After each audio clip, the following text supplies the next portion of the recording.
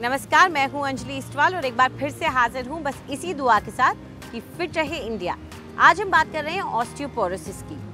अक्सर लोग ऑस्टियोपोरोसिस को महिलाओं से जोड़कर देखते हैं, लेकिन ऐसा नहीं है कि ये दिक्कत पुरुषों में नहीं नजर आती है। तो आइए देखते हैं कि कब और क्यों हो सकता है पुरुषों को ऑस्टियोपोरोसिस। ऑस्टियोपोरोसिस मेन विमेन पुरुषों में और महिलाओं में बराबर तौर पे होता है और ज़्यादातर मेन में वो लेट प्रेजेंट करता है, क्योंकि मेन में जो है बोन बल्क ज़्यादा होता है, हड्डियाँ मजबूत ज़्यादा रहती हैं और उनमें हार्मोनल वेरिएशंस काफ़ी लेट जाके आते हैं। जिस तरह से लेडीज़ में मीनोपॉज होता है उसी तरह से मेन में भी एंड्रोपॉज होता है, जिसमें कि टेस्टोस्टेरोन हार्मोन की जो मात्रा है वो 60-70 ईयर्स के बाद एकदम कम हो जाती है। तब जाके उनका रैपिड बोन लॉस होना शुरू हो जाता है। सो दैट इज़ व्हेन जब हम कहते हैं कि उनको सीनाइल ऑस्टियोपोरोसिस हो गया है, सो उस टाइम पे उनकी बोन्स जो हैं फ्रैक्चर रिस्क बहुत ज़्यादा बढ़ जाता है। आपका बोन स्टॉक जो है 25-30 ईयर्स तक जितना मैक्सिमम हो सकता है वही लाइफ लॉन्ग रहता है। उसके बाद में उसमें से बोन लूज़ ही होती है, कैल्शियम लॉस ही होता है।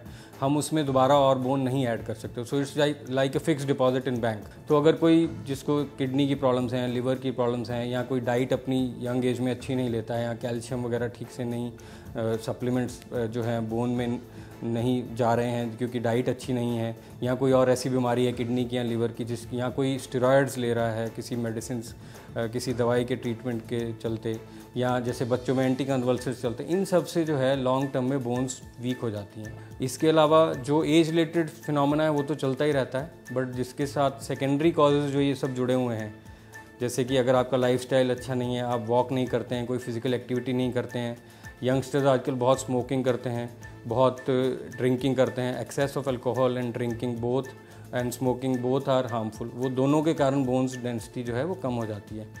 मेनोपॉज के बाद महिलाओं को खास तौर पर अपने खाने पीने का ख्याल रखना चाहिए। किन बातों का रखें ख्याल, ये बता रही है हमारी न्यूट्रिशनिस्ट। आज थोड़ी सी बात करते हैं मेनोपॉज के बाद बॉडी के लिए क्या सावधानी लेनी चाहिए।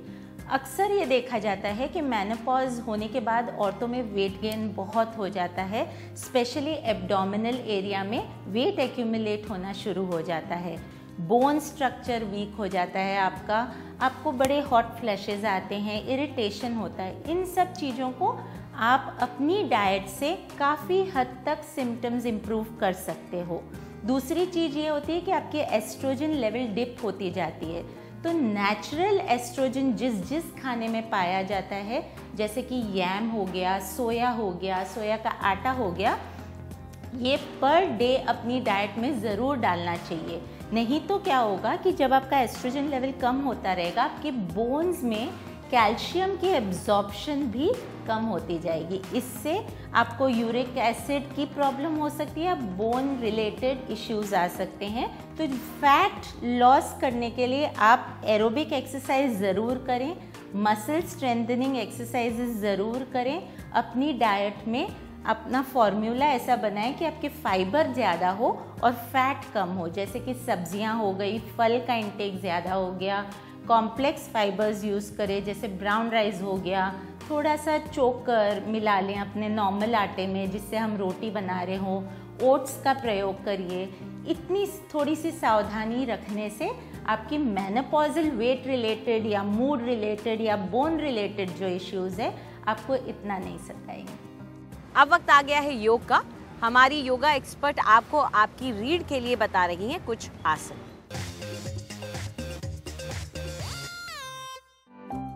नमस्कार, आज हम सीटेड पॉस्चर्स चेयर पे बैठ के करेंगे और ये पॉस्चर्स स्पेशली अगर आप ऑफिस में आपके लॉन्ग आवर्स हैं या आप ज़मीन पर बैठकर पॉस्चर्स नहीं कर सकते हैं और आपकी बैक में इश्यूज़ हैं जिसकी वजह से आप बहुत कम मूवमेंट्स कर सकते हैं।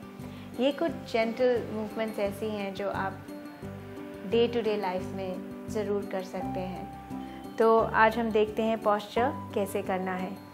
आप सबसे पहले ये चीज़ का ध्यान रखेंगे कि अगर आपकी चेयर के पीछे जाके डेप्थ है, आप उस डेप्थ में कभी नहीं बैठेंगे। हमेशा चेयर के फ्रंट एज में आके अपने हिप्स वहाँ पे रख के आप पॉस्चर यहाँ पे अपना पॉस्चर स्टेबल करेंगे। इसके बाद आप अपना जो राइट हैंड है ऑपोजिट नी पे रखेंगे और अपना लेफ़्ट हैंड है वो पीछे की तरफ चेयर पे लेके जाएंगे और अपनी बॉडी को ट्विस्ट करेंगे। अगर आप इसको थोड़ा और इंटेंस बनाना चाहें तो अपनी बैक हैंड को पीछे की तरफ लेके जाके एक और अच्छा ट्विस्ट दे सकते हैं। एक्सहेल करते हुए वापस आते हुए ऑपोजिट तरफ, left hand right knee, right hand पहले पीछे की तरफ, हिप्स के पीछे। यहाँ से शुरुआत करिए और ट्विस्ट करें।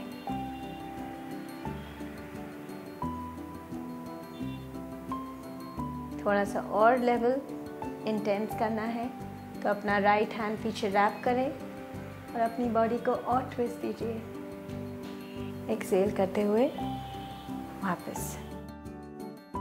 3 to 6 breaths each side। आज के लिए इतना ही।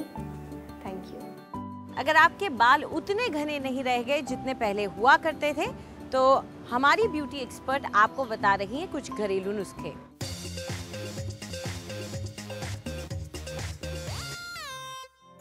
नमस्कार, आज हम बात करेंगे बालों के गिरने के बारे में, यानी कि झड़ते हुए बाल एंड थिनिंग बालों के बारे में। इसके लिए मैं आपको बहुत ही आसान सा एक नुस्खा बताऊंगी जो आप घर पे मिक्सी में या दौरी डंडे में अपने आप बहुत आसानी से बना सकते हैं। इसके लिए चाहिए आपको हिबिस्कस के पत्ते, यानी कि जावा कुसुम के फूल, पारिजात या हिबिस्कस के फ्लावर्स और इवन चाइना रोज़ जो इसके कॉमन नेम्स हैं। इनको आप अच्छी तरह धो लीजिए और एक दौरी डंडे या मिक्सी में आप डाल के इनको कूटना शुरू कर दें। इसको आप मिक्सी में डाल के एक बहुत ही सुंदर सा पेस्ट बना सकते हैं। इसमें मैंने कम से कम 5 फूल और 10 से 12 पत्ते मिक्स करके थोड़ा सा पानी डाला था। ये आप देख रहे हैं बहुत ही सुंदर हरा रंग है। हिबिस्कस की खूबी ये है कि ये बालों की ग्रोथ को प्रमोट करती है, झड़ते हुए बालों को कम करती है और एक हेयर फूड का पोषण जिसको हम कहते हैं वो बहुत ही पावरफुल स्कैल्प को देती है। इस पेस्ट को लेके आप बॉटम ऑफ द स्कैल्प से शुरू करके पूरे बालों में जैसे मेहंदी का लेप लगाते हैं वैसे आप बालों में लगाएं।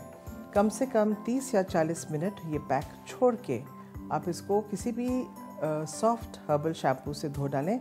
अगर आप उन लोगों में से हैं जो केमिकल शैम्पूज बिल्कुल नहीं इस्तेमाल करना चाहते तो आप आंवला, रीठा और शिकाकाई को मिक्स करके उसका शैम्पू बनाइए और आप देखें कि हफ्ते में 2 बार भी अगर आप ये पेस्ट अपनाएंगे तो धीरे धीरे आपके बाल जो हैं वो घने होते जाएंगे और खूबसूरत और चमक आती जाएगी। आप उम्र दराज हो गए हैं, इसका मतलब ये नहीं कि आप हिलना डुलना छोड़ दें, कसरत करना छोड़ दें। हमारी फिटनेस एक्सपर्ट आपको सिखा रही हैं कुछ आसान से स्ट्रेचेस।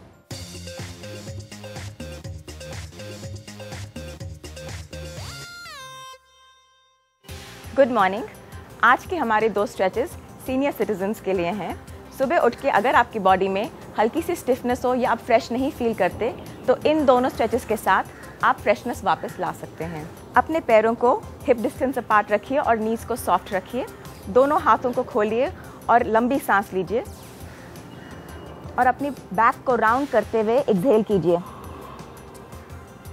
अगेन इनहेल, चेस्ट को एक्सपैंड कीजिए और बैक को राउंड करते हुए एक्सहेल कीजिए। इसको 8 से 10 बारी दोहराइए।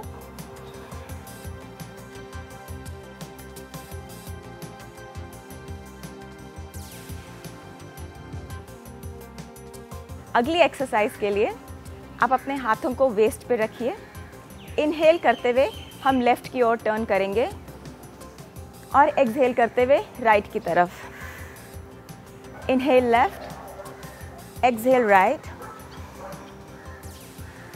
inhale left, exhale right। इसमें कोशिश कीजिए कि आप लीड अपने एल्बो से लीजिए और टॉर्सो को जितना घुमा सकते हैं उतना घुमाइए।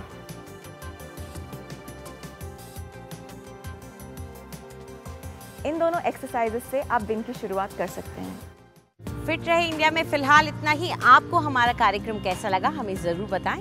आप अपनी राय हमें ईमेल कर सकते हैं fit@ndtv.com पर। आप चाहें तो ट्विटर के जरिए भी हमारे साथ जुड़ सकते हैं। इस्तेमाल कीजिए #FitRaheIndia। फिलहाल पूरी टीम को इजाज़त दीजिए। नमस्कार।